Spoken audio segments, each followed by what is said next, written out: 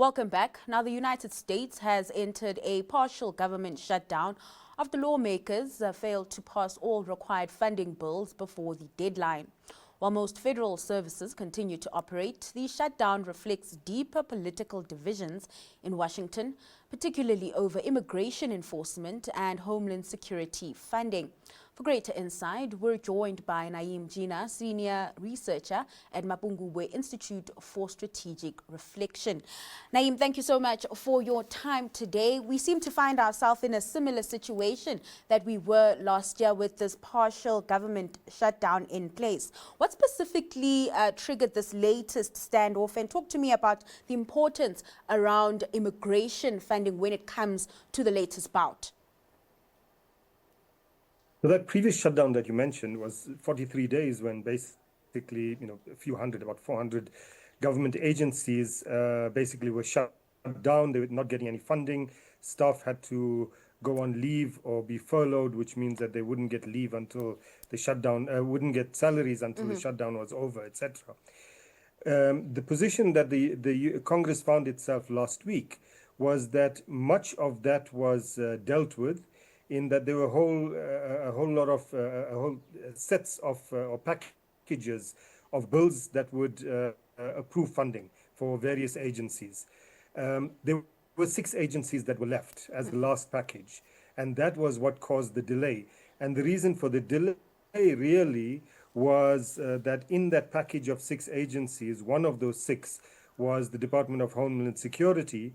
And the Democrats didn't want to pass that bill, that funding bill, until there were some curbs put on the powers of particularly ICE, the immigration police.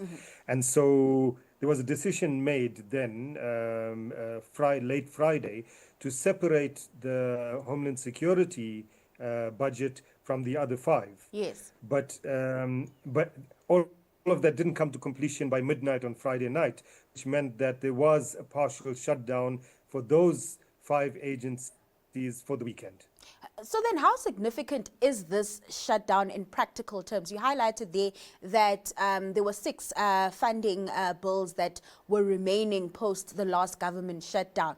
Is it business as usual?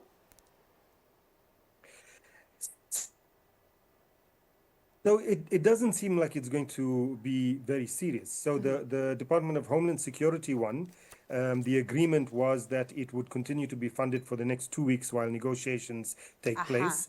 The others, which includes the Pentagon, the Treasury, and a few others, those will be most likely passed tonight our time, in the Senate, either tonight or tomorrow morning. So, it's not a big deal. All of these agencies did have enough money to carry them over the weekend and through today and tomorrow. So it's not a crisis. All right. What we are seeing, though, is deep divisions within the Republican Party itself, Na'eem. How much does that internal split complicate such efforts and, being able to reach a deal quickly?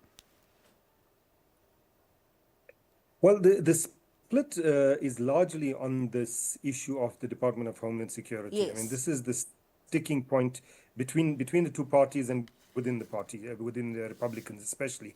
And that's particularly because of the high-handed nature of the operations of ICE, and especially after, two white American citizens were killed in Minnesota in the past 2 weeks. Once that happened and you saw tens of thousands of people taking to the streets, the government in Minnesota getting upset, the Attorney General getting upset, the police arresting an ICE officer, etc., all of that has left a very bad taste in the mouth. There's a sense that ICE is overstepping its bounds, that it's acting beyond the powers that it has, and that some regulations need to be put into place to make it lawful. And the kind of regulations being proposed, I mean, very simply, that for example, that they shouldn't be allowed to wear masks, which one would think is a normal thing for any law enforcement group. That they must wear body cams, for example. And you know what I'm finding with these shutdowns, these clashes within among politicians, it seems like it's becoming the new normal for Washington, Na'eem. Could this be the case, or are we seeing such cases intensify in the run-up to the US midterm elections?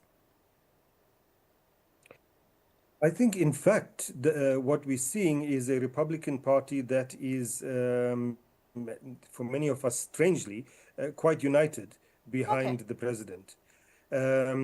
Whether that will change coming closer to the midterm elections is left to be seen, but I think it will, because I think as it gets closer, there will be a greater sense in the Republican Party that they're going to lose the midterm elections if they remain staunchly behind Trump.